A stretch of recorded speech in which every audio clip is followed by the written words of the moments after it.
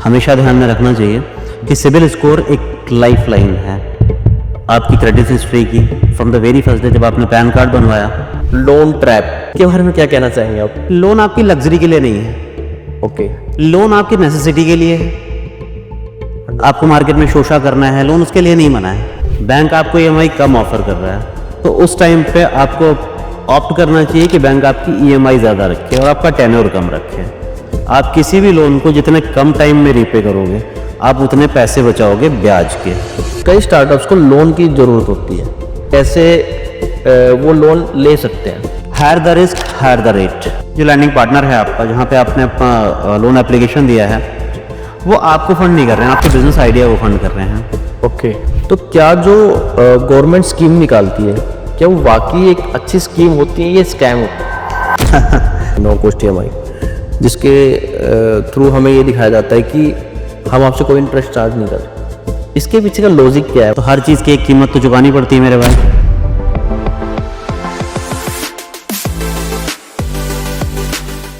Hello दोस्तों, आपका स्वागत है हमारे पॉडकास्ट चैनल में।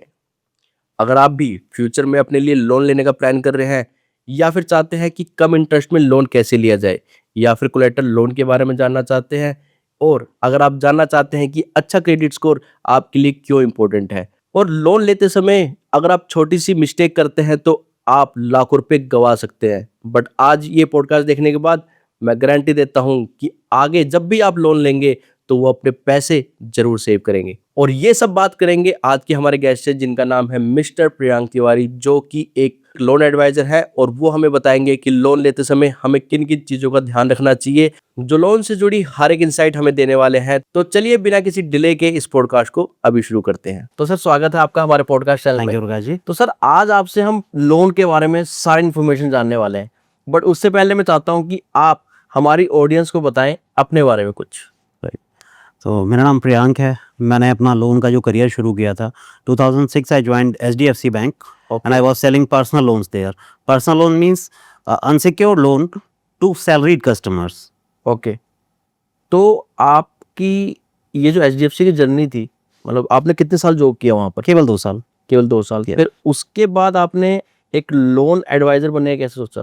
प्रकाश जी, बड़ी बहुत सिंपल सा है ये। मैं किसी प्राइवेट बैंक के लिए जॉब कर रहा था जी। पर वो किसी का तो बिजनेस था, 100। पर मुझे करना अपना बिजनेस था। जी। देन आई थॉट कि मुझे अपना एक ऐसा बिजनेस करना चाहिए जिसमें शायद कभी रिसेशन ना आए। ये सोच के मैंने ये काम शुरू किया और आई एम ब्लेस्ड कि रिसेशन आज भी मेरे पास नहीं है, मेरे पास क्लाइंटेज है। सेकेंड थिंग, मुझे कोई माल नहीं खरीदना, मेरा कोई स्टॉक नहीं ख़राब हो रहा है। Okay. मेरा माल बिकना ही बिकना है। जी। That's why I am a finance advisor. मतलब आपके बैक ऑफ द माइंड में ये स्टार्टिंग से था कि आपको एक फाइनेंस एडवाइजर बनना है? ये भी हो सकता है कि मेरे पास वर्किंग कैपिटल नहीं थी कुछ और काम करने के लिए। तो मैंने ऐसा काम ले लिया जिसमें मुझे सर्विस दे के ही पैसे आ रहे हैं। तो मतलब आपका एक एजेंडा क्लियर था कि कुछ ऐसा नहीं करना जिसमें माल, जो आपने कहा कि वो स्टॉक में पड़ा रहे और वो एक्सपायर होता रहे और आपको लॉस हो, तो ऐसा आपको कोई रिस्क नहीं लेना था? यस। ओके। तो सर देखिए, आज के टाइम में ना मुझे लगता है कि हर एक पर्सन किसी ना किसी लोन को लेके बैठा हुआ है, और बहुत लोगों को नॉलेज है, बट मोस्ट ऑफ द लोगों को शायद लोन की नॉलेज नहीं है। तो मैं आपसे ये जानना चाहूँगा कि कितने टाइप के लोन हैं मार्केट में, और किस किस तरह के लोन होते हैं, इसके बारे में कुछ बताएं। सर, अगर मैं बात करूं कि कितने तरह के लोन्स हैं, जी। तो ये एक बहुत बड़ा सिलेबस है। जी। शायद उतने नाम मैं अभी इस पॉडकास्ट में पूरे भी नहीं कर पाऊंगा। बट अगर मैं बात करूं कि मार्केट में ट्रेंडिंग लोन्स या सबसे ज़्यादा जो लोन सेल हो रहे हैं वो कौन से लोन हैं, जिसमें एक सेल्फ एम्प्लॉयड के लिए सबसे पहले आता है लोन अगेंस्ट प्रॉपर्टी, या एमएसएमई, या वर्किंग कैपिटल, या समहाउ होम लोन भी। सैलरीड के लिए एक होम लोन या पर्सनल लोन। जी। राइट। ये लोन्स मार्केट में सबसे ज़्यादा सेल हो रहे हैं। और मोस्ट ऑफ द जो हमारे ऑडियंस है वो रिलेट कर पाएगी, क्योंकि हमें भी ज़्यादा लोन्स के बारे में पता नहीं है। या पर्सनल लोन्स ले लीजिए, होम लोन ले लीजिए, कार लोन ले लीजिए, क्योंकि इसका बोलबाला है, हर एक बैंक इस चीज़ को प्रमोट करती है अपने ऐड के थ्रू, या फिर कोल्ड कॉल के थ्रू कि आप हमसे लोन ले सकते हैं, आप एलिजिबल हैं। तो आपके हिसाब से सबसे ज़्यादा डिमांड इस टाइम किसकी है? Sir, home loans. Home loans की। यस।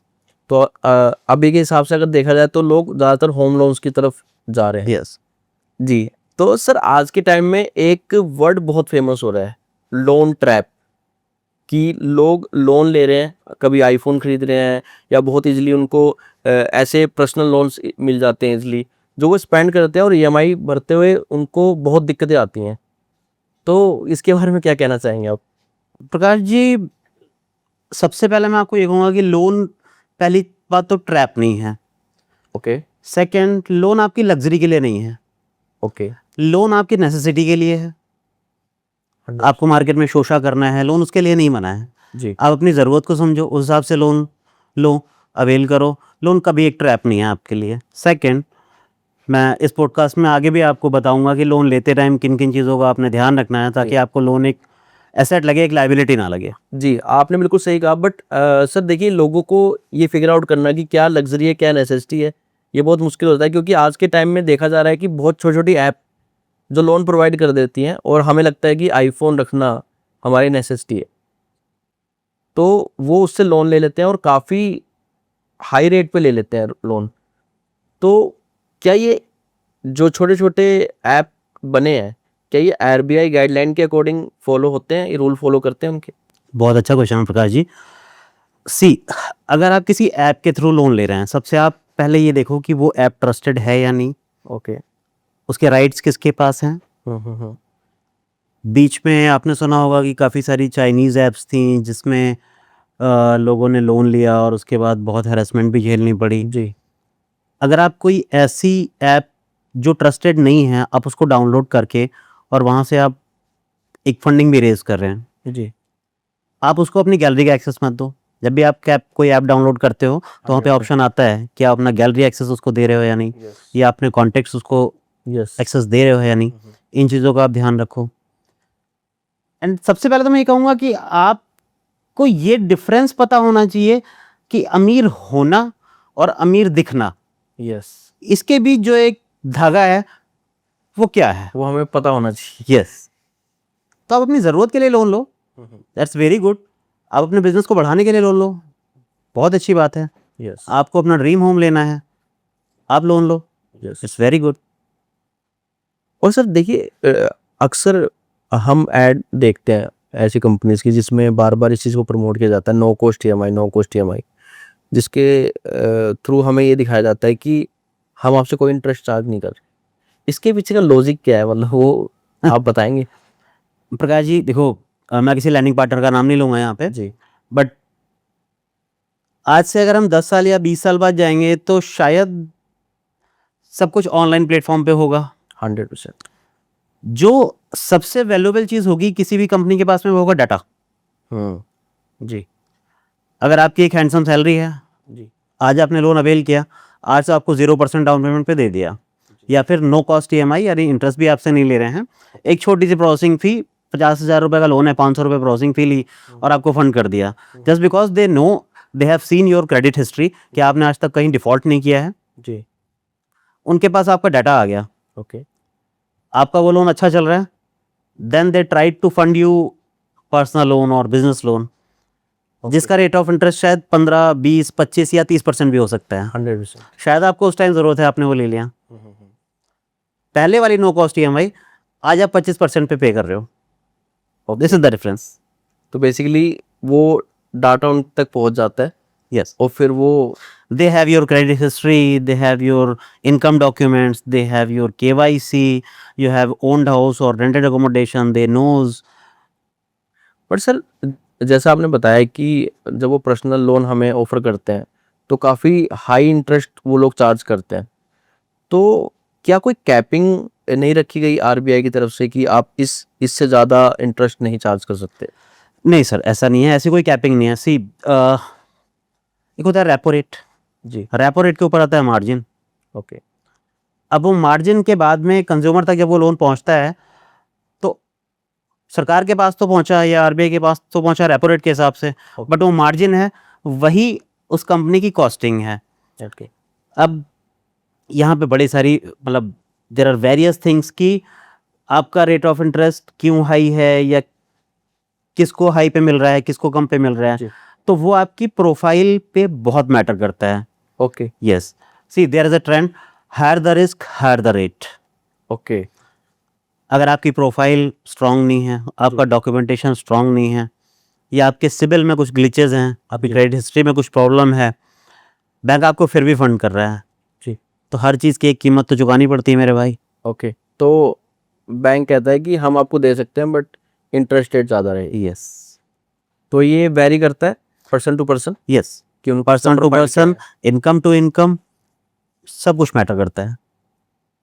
जी तो सर बात करते हैं सिविल स्कोर की. जब हम लोन लेने जाते हैं तो सिविल स्कोर तो बहुत मैटर करता है, Yes. बट मैं आपसे जानना चाहूँगा कि वो कौन कौन से फैक्टर हैं जिनकी वजह से आपका सिविल स्कोर अफेक्ट होता है. यस, ये बहुत सही टॉपिक है और ये ऑडियंस को भी हमेशा ध्यान में रखना चाहिए कि सिबिल स्कोर एक लाइफ लाइन है आपकी क्रेडिट हिस्ट्री की. From the very first day जब आपने पैन कार्ड बनवाया, जब तक आप लोन के लिए एलिजिबल हो या आप कहीं भी लोन लेने जाते हो, जी तो सबसे पहले आपका सिबिल चेक होता है. Okay right. सिबिल स्कोर अच्छा कैसे कर सकते हैं? आप अपना रीपेमेंट हमेशा टाइम पे करें, ड्यू डेट्स पे बैंक से अपना थ्रू ईसीएस रीपे करें. जी एंड जो क्रेडिट कार्ड खराब हो रहा है, जी आजकल की बात करूं मैं, सबसे ज़्यादा खराब होता है क्रेडिट कार्ड के 100% यूजेस से. ओके क्रेडिट कार्ड को हमेशा 100% यूज़ ना करें, बचें उससे. क्रेडिट कार्ड को हमेशा नेसेसिटी समझ के कि जब बहुत ज़रूरत है तब यूज़ करें. जी आपका क्रेडिट स्कोर हमेशा बहुत अच्छा रहेगा. सर अब बात यह है कि अच्छा सिविल स्कोर किसको कहेंगे. प्रकाश जी, जो सबसे अच्छी सिबिल की ब्रैकेट आती है जी वो 800 प्लस की है. ओके उसके बाद में 750 to 800. Okay after that 650 to 700 और बिलो 650. Okay yes. ये जो ब्रैकेट आपने बताई है, क्या ये हर लोन के लिए वेरी करती है? जैसे किसी ने अगर पर्सनल लोन लेना हो तो उसको इतना होना ज़रूरी है, अगर होम लेना हो तो इस भाई 600 से ऊपर होना चाहिए, 700 से ऊपर होना चाहिए. ये कैसे डिपेंड करता है, मतलब अगर कोई होम लोन लेना चाहता है बेसिकली, तो क्या होना चाहिए उसका ideal civil score. Prakash ji, अगर मैं बात करूं यहाँ पे सिक्योर्ड की, एक सिक्योर्ड लोन प्रोडक्ट की, जी तो वहाँ पे समहाउ अगर आपका सिबिल स्कोर कम भी है तो bank will take a call and fund you just because उनके पास में आपका एक कोलेटरल है. जी ठीक है. अगर मैं बात करूं होम लोन की, they have your dream home. अगर मैं बात करूं लोन अगेंस्ट प्रॉपर्टी की, और उनके पास आपका रेजिडेंशियल या कॉमर्शियल ओके कोई प्रॉपर्टी है. आपका ऑटो लोन भी एक सिक्योर्ड लोन है, ओके आपकी आरसी पे हाइपोथिकेशन है बैंक का. जी तो जहाँ पे भी बैंक को लगता है कि उनका लोन सिक्योर है, जी वहाँ पे वो कॉल भी लेते हैं आपके कम सिबिल स्कोर पे. रेट बात की बात है कि वो आपको रेट क्या चार्ज कर रहे हैं. जी जैसे कि मैंने पहले कहा था, higher the risk higher the rate. तो जहाँ पे आपका सिबिल स्कोर कुछ समहाउ उनको रिस्की लगा, जी maybe they will charge a higher interest and will ask extra documentation from you. Okay yes, this is the point. And अगर मैं बात करूं अनसिक्योर्ड लोन की, वहाँ पे परसेंटेज बहुत हायर साइड चली जाती है कि आपका लोन बैंक रिफ्यूज करते. ओके तो सर देखिए, अनसिक्योर्ड लोन जैसे हमारे पर्सनल लोन हो गए, जहाँ पे हम अपना कोई कोलेटरल नहीं रख रहे बैंक के पास, यस. तो इसके पैरामीटर्स कैसे जज किए जाते हैं? जैसे कि अगर कोई पर्सनल लोन लेना चाहता है तो उसका एक सिविल स्कोर क्या आइडियल रहना चाहिए, या फिर जैसे सैलरीड, सेल्फ एम्प्लॉय या बिजनेस, वो कैसे देखा जाता है, मतलब. यस, ये बिल्कुल मैटर करता है फॉर अनसिक्योर्ड लोन्स. जी बैंक सबसे पहले आपका सिबिल स्कोर ही देखता है. अगर सिबिल स्कोर अच्छा नहीं है तो वहाँ पे बहुत सारे चांसेस हैं कि बैंक आपको लोन देने से रिफ्यूज़ कर दे. बट अगर मैं बात करूँ सिक्योर्ड की, तो बहुत सारे लैंडिंग पार्टनर्स मार्केट में हैं जो आपको हायर रेट ऑफ इंटरेस्ट पे सिबिल स्कोर 550 पे भी अगर वो जस्टिफाइड है तो बैंक आपको फंड कर देगा. जी तो सर देखिए, जैसे सिविल स्कोर है बेसिकली, क्या ऐसे और भी पैरामीटर्स हैं जिसके थ्रू मतलब एक बैंक देखता है कि आपको लोन मिलना चाहिए नहीं? यस, बिल्कुल है. बैंक सबसे पहले देखता है आपका क्रेडिट स्कोर. ओके आपकी एलिजिबिलिटी के लिए बैंक आपके फाइनेंशियल्स देखता है. अगर आप सैलरीड हैं, okay what salary you are getting per month. अगर आप सेल्फ एम्प्लॉयड हैं, आप फाइनेंशियल्स क्या मेंटेन कर रहे हैं, आपका टर्नओवर क्या है, आपका नेट प्रॉफिट क्या है. ओके अपार्ट फ्रॉम दिस, आप सैलरीड हैं, सेल्फ एम्प्लॉयड, आपकी लाइबिलिटीज़ क्या हैं. जी अगर आपकी इनकम है तो बैंक विल फंड यू। जी बिल्कुल सर, सिविल के बारे में मोस्ट ऑफ द ऑडियंस हमारी जानती है, बट मैं उन लोगों के लिए आपसे पूछ रहा था कि जो लोग अभी जिनका पैन कार्ड बना है और जो लोन लेने का प्लान कर रहे हैं, तो उनको पता होना चाहिए कि एक आइडियल आपका सिविल स्कोर कितना रहना चाहिए, पर्सनल लोन लेते हुए क्या ध्यान रखना है, सब कुछ करना है। बट मुझे आपसे पूछना है कि आज के टाइम में अगर मुझे एक होम लोन लेना है तो मैं अपने थोड़ी डिटेल्स टाइप करूँगा और मैं बोलूँगा मुझे रिक्वायरमेंट है, और 1-2 घंटे में मुझे कॉल आ जाएगी, या फिर जैसा आपने बताया कि हमारे डाटा उन तक पहुंचा होता है और कोल्ड कॉल भी हम तक पहुंच जाती है। तो अगर बैंक मुझे सामने से अप्रोच कर रहा है तो मैं जो डॉक्यूमेंट्स वो मुझसे डिमांड कर रहे हैं मैं वो दे के भी तो होम लोन ले सकता हूँ, बट अगर आपके थ्रू अगर मैं जाऊँ तो डिफरेंस कहाँ आएगा? प्रकाश जी, अगर आप डायरेक्ट किसी एक सिंगल बैंक को अप्रोच करते हैं, जी उस बैंक के पास एक प्रोडक्ट है होम लोन, जिसमें शायद वो बाउंड है कि वो आपको 7.90 से नीचे रेट नहीं दे पाएगा। ओके राइट, आपने होम लोन लिया, अप्रूव भी हो गया और आपने लोन डिसबर्स करा लिया, आप ईएमआई रे कर रहे हो, जी ठीक है। अब मेरी ज़रूरत कहाँ होती है या आप मेरे थ्रू क्यों जा सकते हो? सी प्रकाश जी, आपने कभी होम लोन लिया है जी बिल्कुल या आपने कभी कोई ऑटो लोन लिया है? 100% सर। क्या आपने जो डिसबर्समेंट गेट का बंच साइन किया था, आपने पूरा पढ़ा है? कोई 4 लाइन्स जो आपने पढ़ी हों, आपको याद हों? मुझे तो सर बस ये बताया गया कि यहाँ साइन करने हैं, यहाँ साइन करने हैं, और मैंने साइन कर दी जस्ट। क्यों सर, वो मूवमेंट भी ऐसा होता है कि आप सिर्फ अपनी रिक्वायरमेंट को पूरा करना चाहते हो उस टाइम पे, सही बताऊँ तो। वो आपकी ज़रूरत थी। जी आपने होम लोन लिया, आपको एक घर लेना था जी अपने लिए, अपनी फैमिली के लिए। आपने एक कंफर्ट के लिए या लग्ज़री के लिए आपने एक गाड़ी ली। जी वो भी आपकी ज़रूरत थी। गाड़ी आपको धूल-धूप, बारिश तीनों चीज़ों से बचाती है। 100%। आपने अपनी ज़रूरत पे बैंक से बगैर नेगोशिएट किए एक लोन तो ले लिया। जी आपको पता है कि क्या आप लोन आज की डेट में अपना बंद कराने जाते हो तो आपको प्री क्लोज़र चार्जेस क्या देने होंगे? या बैंक ने कुछ ऐसी कैपिंग के अंदर आपको डाल रखा है कि आपको लोन 4 साल चलाना ही चलाना है, उससे पहले आप बंद नहीं करा सकते, जी या आप अपना लोन टेक ओवर नहीं करा सकते। वहाँ पे एक फाइनेंस एडवाइज़र की ज़रूरत है आपको। ओके आपने आज से पहले पता नहीं कब लोन लिया होगा, आप आज लोन ले रहे हो, या फ्यूचर में पता नहीं कब आप लोन लोगे। जी बट अगर मैं बात करूँ एक फाइनेंस एडवाइज़र की, तो हमारा रूटीन है बैंक से नेगोशिएट करना, एक क्लाइंट को एक अच्छा फाइनेंस देना, जी क्लाइंट की ज़रूरत समझना, उसको टेलर्ड सॉल्यूशन देना थ्रू लोन्स। ओके फाइनेंस की ब्यूटी यही है कि ईएमआई आपको कभी बर्डन नहीं लगनी चाहिए। Okay then it's right finance. Okay sir, देखिए सही, बिल्कुल सही कहा आपने। आज तक हमने कभी टर्म एंड कंडीशन पे ध्यान नहीं दिया। हमने जस्ट 2 चीज़ें पूछी कि इतना अमाउंट की हमारी रिक्वायरमेंट है, अगर आप प्रोवाइड करा रहे हैं, और कितने इंटरेस्ट पे करवाएंगे। और हो सकता है कि अगर हम, जैसे अब मुझे लोन लेने के बाद थोड़ा बहुत एक्सपीरियंस हुआ है, तो बाकायदा मेरे साथ पहले लोन मैंने कार लोन जब अपना लिया था, तो 2 साल बाद जब मैं उसे बंद करवाने के लिए गया, तो उन्होंने मुझे कहा कि आपको बंद करवाने के लिए जो आपका प्रिंसिपल अमाउंट है उस पर 4% एक्स्ट्रा देने पड़ेंगे, और ये चीज़ मुझे उन्होंने पहले नहीं बताई थी। प्रकाश जी, यहीं पे फिर हमारी ज़रूरत होती है। वी नेगोशिएट जी टू बैंक कि मेरे कस्टमर की रिक्वायरमेंट ये है, आज वो लोन ले रहा है, कल को उसको वो लोन चुभना नहीं चाहिए। 100%। और ये बहुत ज़रूरी है सर, जब आप लोन ले रहे हो बिल्कुल। तो। जब आप एक लोन लेने जाते हो, जी आपको किन चीज़ों को हमेशा देखना चाहिए? जी सबसे पहले ऑफ कोर्स एक rate of interest, second processing fee where you can negotiate with bank. Apart from this, आपके प्री क्लोजर चार्जेस क्या हैं, ओके चार्जेस हैं या नहीं, ये भी आप नेगोशिएट कर सकते हो बैंक से। जी इसके अलावा बैंक आपको एक इंश्योरेंस देता है लोन के साथ, जी तो वो इंश्योरेंस बहुत अच्छी चीज़ है।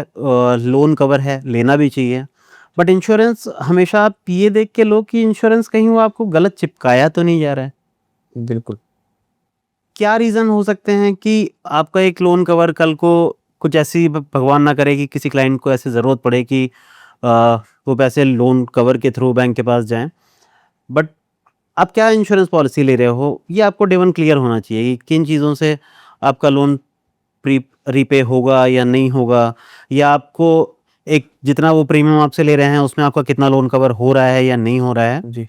ये सारी चीज़ें बहुत वैल्यू करती हैं और ये आपको देखनी चाहिए और हमारी ऑडियंस को भी देखनी चाहिए। प्रकाश जी, चलो ये तो बात होगी हमारी कि किन किन चीज़ों का। क्या आपको पता है कि आपका जो रेट ऑफ इंटरेस्ट है वो बैंक ने आपको फ्लोटिंग दिया है या फिक्स दिया है? आप समझते हो इन चीज़ों को, फ्लोटिंग क्या होता है, फिक्स क्या होता नहीं, है? बिल्कुल नहीं। आप प्लीज़ मेरे को थोड़ा-सा और हमारी ऑडियंस को ज़रूर बताएँ कि क्या डिफरेंस है? फिक्स की बात करूँ, आपने सुना होगा पुराने टाइम पे साहूकार होते थे जी। कि जी 100 रुपए लोन पे दे दो। वो कहते हैं जी 100 रुपए तो दे दूंगा लेकिन 1% ब्याज लूंगा। ओके, तो 100 रुपए का 1% वो आपको हर महीने देना ही देना है, वो फिक्स्ड है। वो फिक्स्ड है।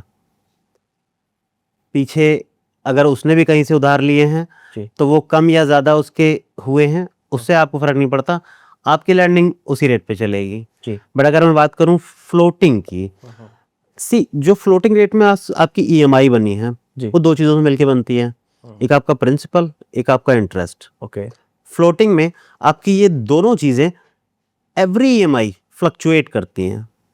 ओके। मतलब कि कब ज़्यादा आपका होती हैं? Yes, okay.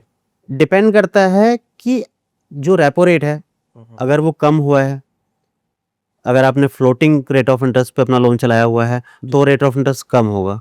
Okay. For example अगर मैं कहूँ कि रेपो रेट आज की रेट में 6% है, ओके। आपको 8% पे लोन मिला हुआ है, अब रेपो रेट पीछे से 5% हो जाता है, 1% कम हो गया, ओके। बैंक अपना मार्जिन वही रखेगा बट आपको जो rate of interest bank charge करेगा वो 7% करेगा। ओके। बट अगर रेपो रेट बढ़ता है, 6 की जगह 7 होता है, तो बैंक आपको चार्ज करेगा मार्जिन सेम रख के 8%। ओके। आई सजेस्ट कि आपको हमेशा फ्लोटिंग की तरफ जाना चाहिए जी। ताकि आपके पास में फ्लेक्सिबिलिटी हो कि आपका रेट कम या ज़्यादा हो रहा है, उस हिसाब से आप अपनी ईएमआई प्लान कर सको।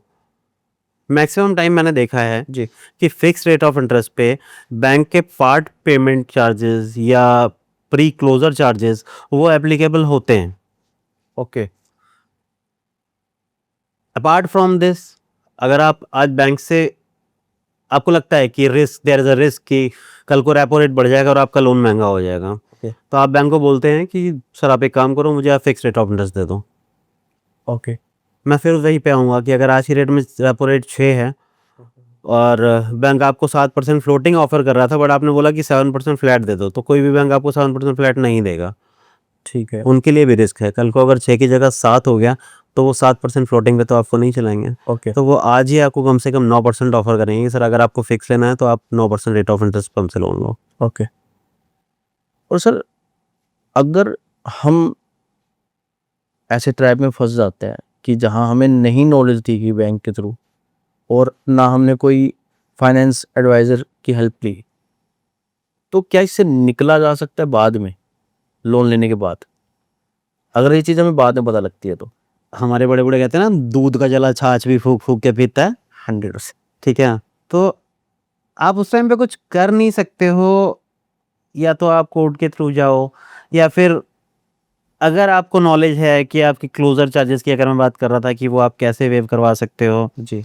तो हाँ ठीक है, कुछ टेक्निकल पॉइंट्स हैं कि आप उनके थ्रू चल के वेवर अवेल कर सकते हो, बट एक कॉमन मैन को ये सारी चीज़ें नहीं पता होती हैं, बिल्कुल। तो शायद उसके लिए ही बना है कि दूध का जला छाछ फूक फूक के पीता है। 100%। ठीक है, तो आपने बैंक में जो पेपर साइन करे हैं वो कहीं ना कहीं लीगल डॉक्यूमेंट्स हैं, आपकी डिसबर्समेंट किट में कुछ स्टैम्प पेपर भी लगे होंगे, जी। तो आप ऑलरेडी एग्री करके आए हो कि आपको ये 4% चार्जेस देने ही देने हैं। सर जाते हुए कौन एंटरटेन करेगा आपको?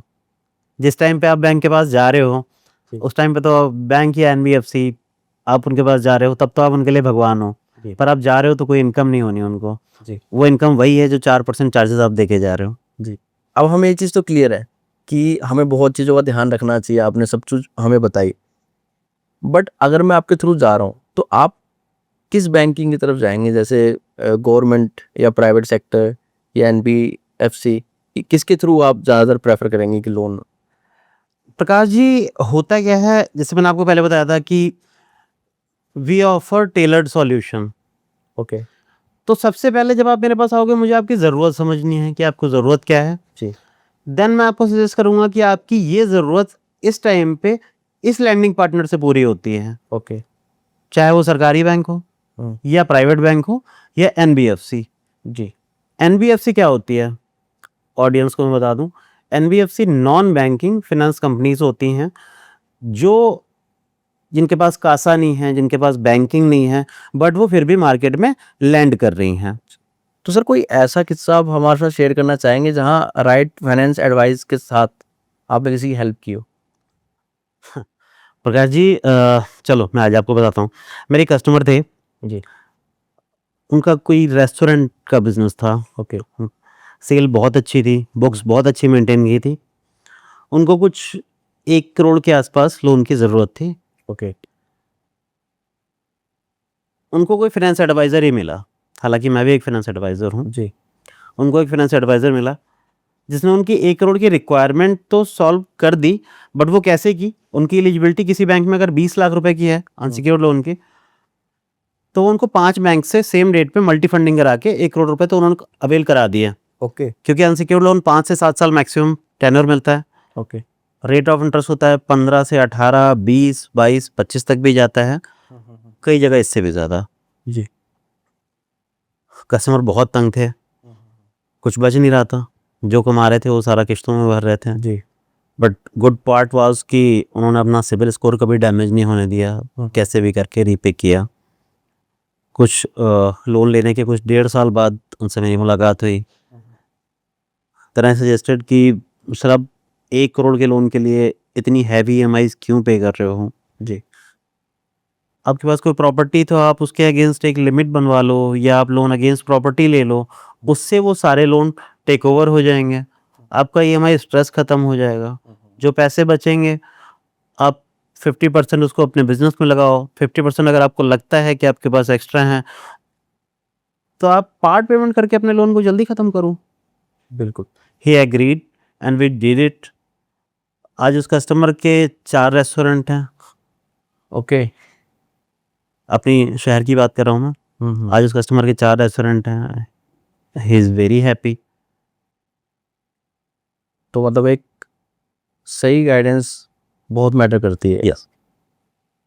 बट सर एक क्वेश्चन है मेरा कि आपने कहा कि आपने उनकी हेल्प की है ना, प्रॉपर्टी के अगेंस्ट लोन उनको दिलवा के।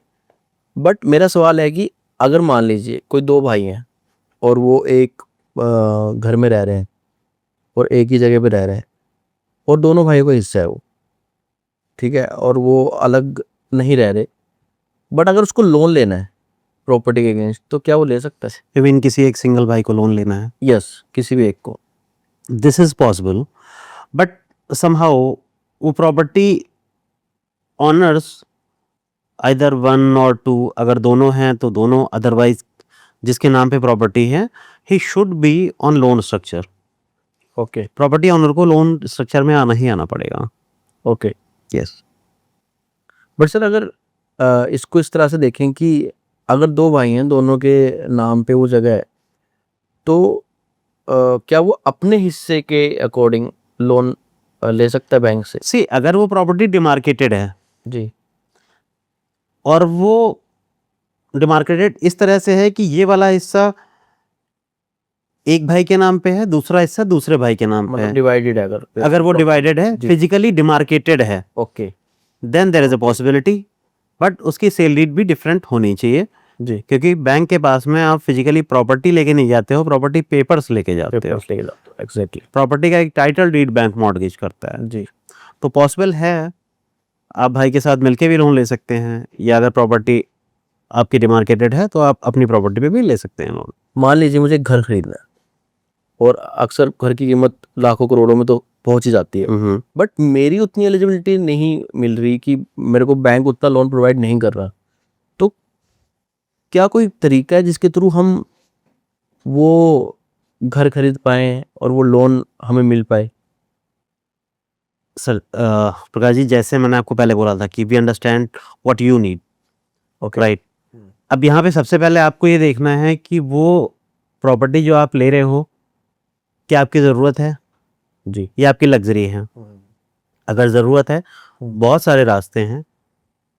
सबसे पहला मैं आपको बताऊं कि बैंक एलिजिबिलिटी कैसे बनाता है। अगर आप सैलरी हैं, आपकी 1 लाख रुपए सैलरी आ रही है, बैंक कहता है जी आपसे मैं मैक्सिमम 60,000 या 70,000 रुपए एज अ EMI ले सकता हूँ, ओके। क्योंकि जी 30 से 40,000 रुपए आपको घर चलाने के लिए भी चाहिए, बिल्कुल।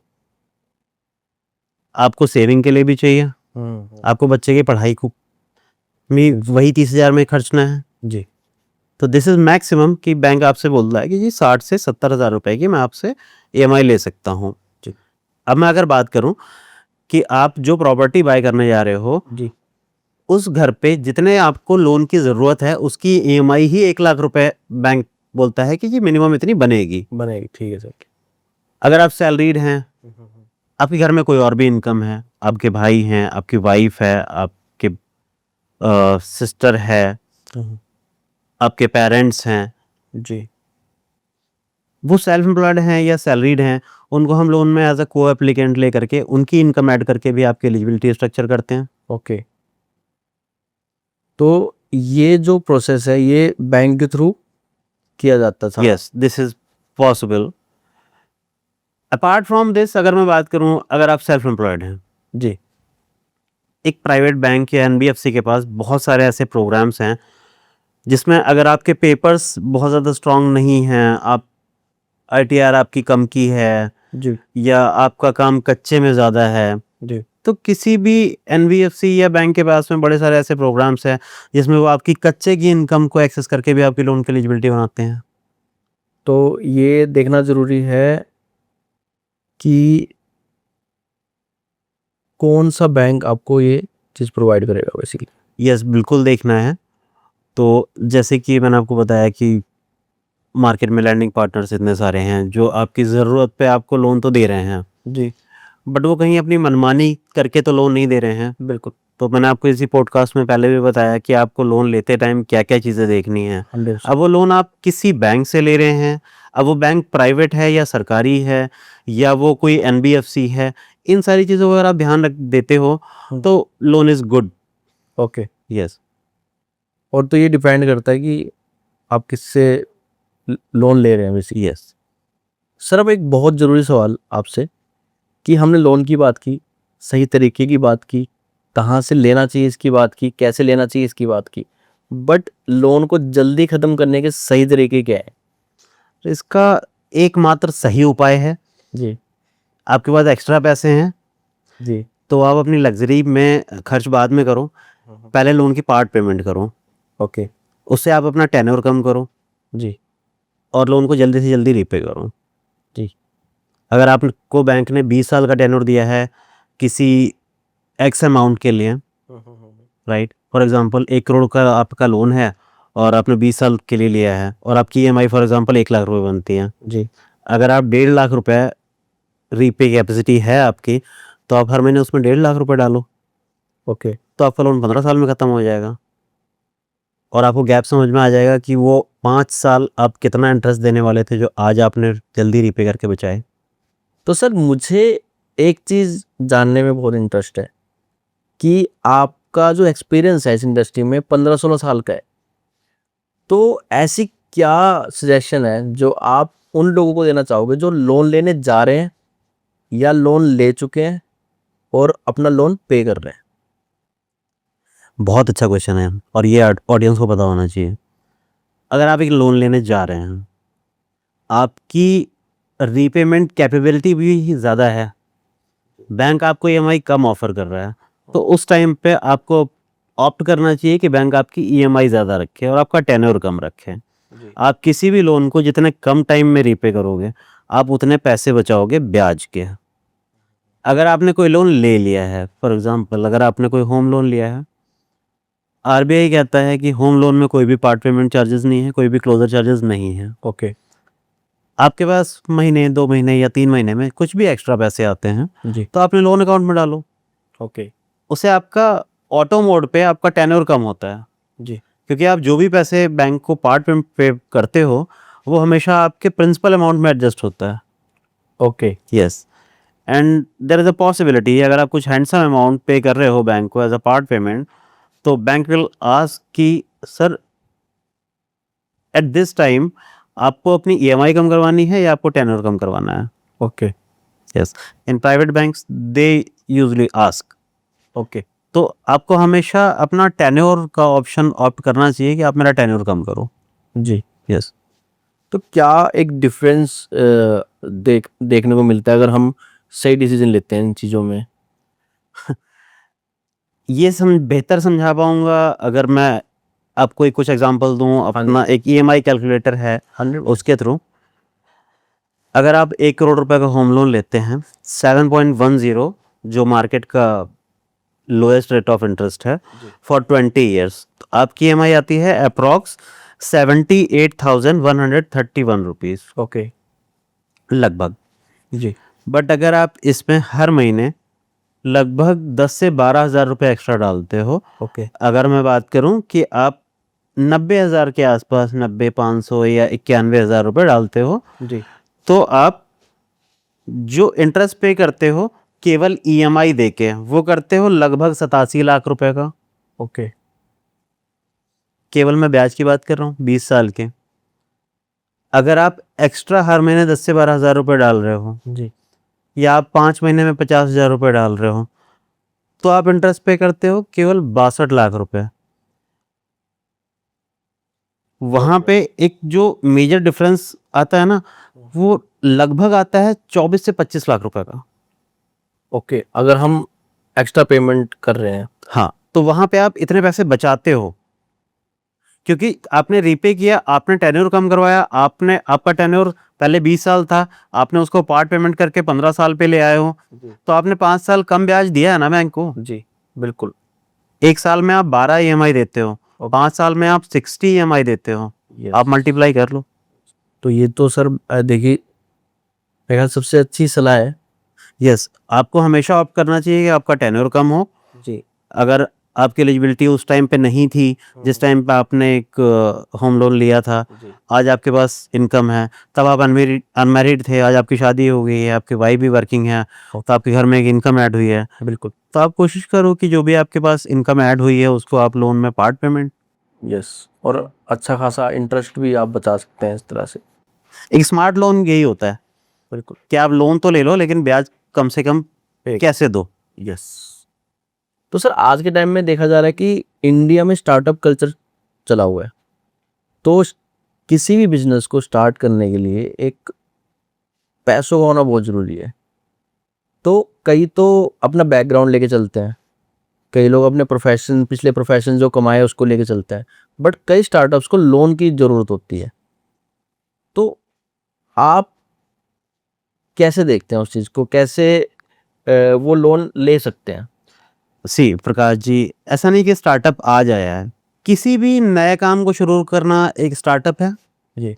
नया काम आज से 1 महीने पहले भी किसी ने किया होगा शुरू, 1 साल पहले भी, 5 साल पहले भी और 10 साल पहले भी. तो ये सारे स्टार्टअप हैं. अगर आपको कोई बिजनेस शुरू करना है और आपको उसके लिए एक वर्किंग कैपिटल चाहिए बैंक से, आपको चीज़ें जो ध्यान रखनी चाहिए सबसे पहले कि आपका जो बैंक है, जो लैंडिंग पार्टनर है आपका, जहाँ पे आपने अपना लोन एप्लीकेशन दिया है, जी। वो आपको फंड नहीं कर रहे हैं, आपके बिजनेस आइडिया को फंड कर रहे हैं. ओके। तो आप अपना बिजनेस उनको कितने अच्छे से समझा पाते हो, आपका बिजनेस जो आइडिया है क्या वो वाकई प्रॉफिटेबल है. जी। बैंक को लगना चाहिए कि हाँ, अगर आप ये काम करते हो, सबसे पहले बैंक देखेगा कि आपको इस काम का कितना एक्सपीरियंस है. ओके। उसके बाद ये काम आपका कितने दिन के अंदर प्रॉफिटेबल होगा. जी। क्या बैंक का पैसा टाइम से और ब्याज के साथ में बैंक को वापस आएगा. आपका डॉक्यूमेंटेशन स्ट्रांग होना चाहिए. जी। आपके बैंकिंग अरेंजमेंट्स अच्छे होने चाहिए. ये सारी चीज़ें देखनी होती हैं. देन आपको एक स्टार्टअप लोन भी बैंक इजीली दे सकता है. ओके। वहाँ पे ऑप्शंस दोनों हैं, जहाँ पे सरकार भी कुछ गारंटी देती है, लाइक एमएसएमई के अंदर कोई कस्टमर अगर फॉल करता है तो सरकार भी गारंटी देती है. ओके। वहाँ पे अनसिक्योर्ड लोन्स बैंक देता है सरकार से गारंटी लेके. अदरवाइज बैंक के पास ऑप्शन होता है कि अगर आपके पास कोई कोलेटरल है जी। तो आप उसको दे करके भी एक लोन अवेल कर सकते हो। कोलेटरल वो एक प्रॉपर्टी भी हो सकती है या फिर एक एफडी भी हो सकती है। ओके। यस। तो सर आप इतने लंबे समय से इस इंडस्ट्री में हैं, तो क्या जो गवर्नमेंट स्कीम निकालती है, क्या वो वाकई एक अच्छी स्कीम होती है, ये स्कैम होता है? प्रकाश जी, स्कीम हमेशा स्कीम होती है, वो कोई स्कैम नहीं होता। सरकार हमेशा जनहित में सोचती है, लोगों का फ़ायदा हो इसलिए सोचती है, लोन्स पे सब्सिडी भी देती है गवर्नमेंट। जी। बट प्रॉब्लम वहाँ पे है कि सरकार ने गारंटी तो दे दी, ओके। अगर आपका लोन डिफ़ॉल्ट में गया, ओके। सरकार से गारंटी के थ्रू पैसा बाद में आएगा, बट उससे पहले जो बैंक वालों की सरदर्दी होगी आपके घर चक्कर लगाने की, ओके। अपनी किस्त लेके आने की, बैंक समहाउ, अगर आप न्यू टू बैंक हैं, मतलब किसी जी, एक जी। बैंक के लिए आप नए हैं, तो बैंक एक बार को हेजिटेट करता है ओके। कि आपको अनसिक्योर्ड लोन ना दें, आपको सिक्योर लोन दे, ताकि थोड़ा सा आपको भी डर रहे कि आपका बैंक का पैसा लिया है तो टाइम से देना है। ओके। तो वो स्कीम है, वाकई स्कीम है, लोगों तक पहुंचती भी है, बट थोड़ी सी मुश्किलें आती हैं। ओके। तो एक स्टार्टअप के लिए या किसी को अपना बिजनेस स्टार्ट करना हो, तो कितना मुश्किल है उसके लिए वो स्कीम का फ़ायदा उठाना? सही, जैसा कि अभी मैंने आपको बताया कि मुश्किल नहीं है, जी। आपका आइडिया बैंक को समझ में आना चाहिए। ओके। आई मीन आपका जो प्रपोजल है वो कितना अच्छे से बैंक को प्रेजेंट किया गया है। ओके। अगर आप डायरेक्ट बैंक को कर सकते हैं तो आप करिए, अदरवाइज आप किसी एक्सपर्ट की एडवाइस लीजिए या आप किसी एक्सपर्ट को हायर करिए कि वो आपका ये काम करवा के दे। जी। अगर आपके पास कोई कोलेट्रल है तो आई सजेस्ट कि आप उस कोलेट्रल के अगेंस्ट वो लोन लो, वो समहाउ आपको सस्ता भी पड़ता है, ओके।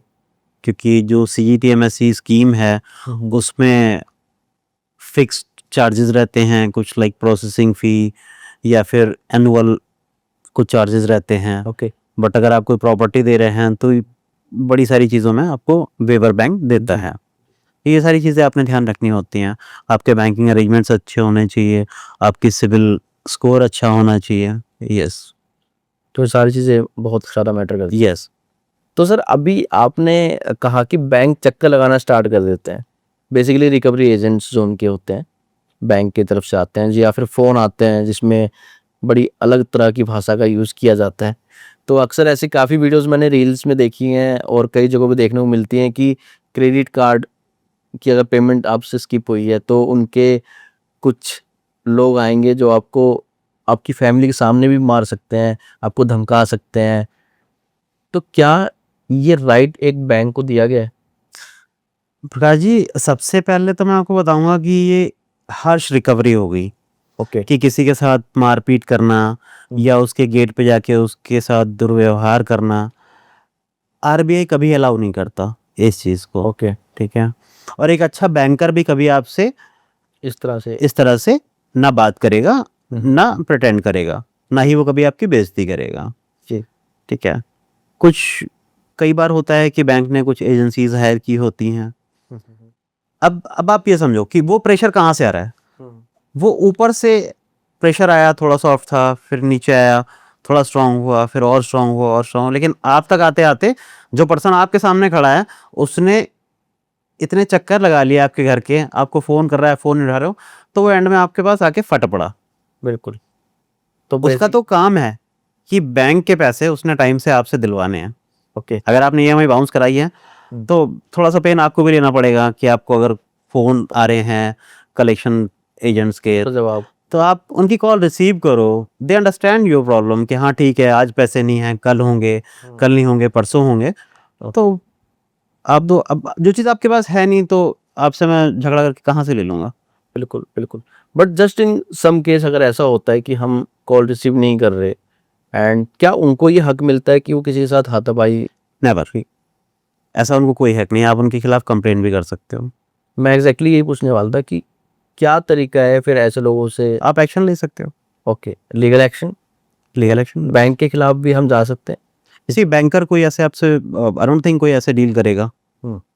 बट जो एजेंट्स उनके थर्ड पार्टी की तरफ से आए हैं Yes. वो बैंक के थ्रू ही आए हैं, तो उनके अगेंस्ट तो डेफिनेटली हम लीगल एक्शन तो में भी ले सकते हैं। जी सर, अब हम अपने लास्ट सेगमेंट की तरफ आ गए, तो मेरा एक सवाल आपसे आप फाइनेंशियल फ्रीडम को किस तरह से देखते हैं और आपके नज़रिए में उसका मायने क्या है? बहुत अच्छा सवाल है ये। सी फाइनेंशियल फ्रीडम, जी, जब आपके दिमाग में पैसों का कोई स्ट्रेस ना हो, आपका रिटायरमेंट आपको पता है कि कहाँ पे होना है, जी, आपकी लाइफ अच्छे से निकल रही है, आप सारे खर्चे अच्छे से कर रहे हो, जी, खर्च करने के पहले आपको सोचना नहीं पड़ रहा है, जी, एक ये पैरामीटर। सेकंड, जब आप पैसे के लिए काम ना कर रहे हो, पैसा आपके लिए काम कर रहा हो, मैं उसको सोचता हूँ कि this is your financial freedom. बिल्कुल, बिल्कुल सही कहा सर आपने। सर जाते मैं चाहता हूँ कि आप हमारी ऑडियंस से कुछ बातें अगर आप शेयर करना चाहें या आपके दिल की बात कुछ कहना चाहें। हाँ, बिल्कुल प्रकाश जी।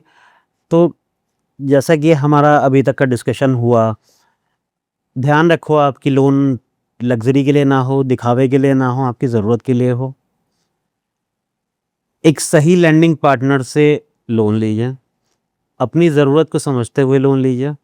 लोन लेते टाइम किन चीज़ों को ध्यान रखना है, पूरा सैंक्शन लेटर, उसकी सारी टर्म्स एंड कंडीशंस पढ़िए, नेगोशिएट करिए, उसके बाद साइन करिए, और उन पेपर्स की एक कॉपी हमेशा अपने पास रखिए। ये चीज़ें आपको भविष्य में पूरे टेन्योर में किसी भी एक गलत लैंडिंग पार्टनर से बचा के रखेंगे। Sir thank you so much कि आपने काफ़ी मिथ्स भी क्लियर किए हमारे और काफ़ी क्लैरिटी मिली कि हमें लोन लेते हुए किन चीज़ों का विशेष ध्यान रखना चाहिए, क्या गलती नहीं करनी चाहिए, क्या हमारे सवाल होने चाहिए और एक फाइनेंस एडवाइज़र की ज़रूरत क्यों है एक लोन लेते समय। तो thank you so much sir. Thank you Prakash ji, this was pleasure of mine. Thank thanks for inviting me. Thank you. तो दोस्तों ये था आज का हमारा पॉडकास्ट। आई होप कि आज आपको बहुत ज़्यादा इंसाइट मिली होंगी इस पॉडकास्ट से। तो मैं आशा करता हूँ कि जब भी आप फ्यूचर में लोन लेंगे तो ये सारी मिस्टेक्स नहीं करेंगे और कम से कम इंटरेस्ट में आप लोन ले पाएंगे। और हाँ, अगर आपके कोई सवाल है लोन को लेके तो आप हमारे कमेंट बॉक्स में हमें कमेंट कर सकते हैं। वीडियो इन्फॉर्मेटिव लगी हो तो लाइक कर सकते हैं, अपने दोस्त के साथ शेयर कर सकते हैं और अगर आप इनसे कांटेक्ट करना चाहते हैं तो इनके कांटेक्ट डिटेल्स हमारे डिस्क्रिप्शन में अवेलेबल है। तो अगर आप भी इसी तरह की इन्फॉर्मेटिव वीडियोस देखना चाहते हैं या इन्फॉर्मेटिव पॉडकास्ट देखना चाहते हैं तो हमारे चैनल को अभी सब्सक्राइब करें। मिलते हैं अगले एपिसोड में, तब तक के लिए गुड बाय।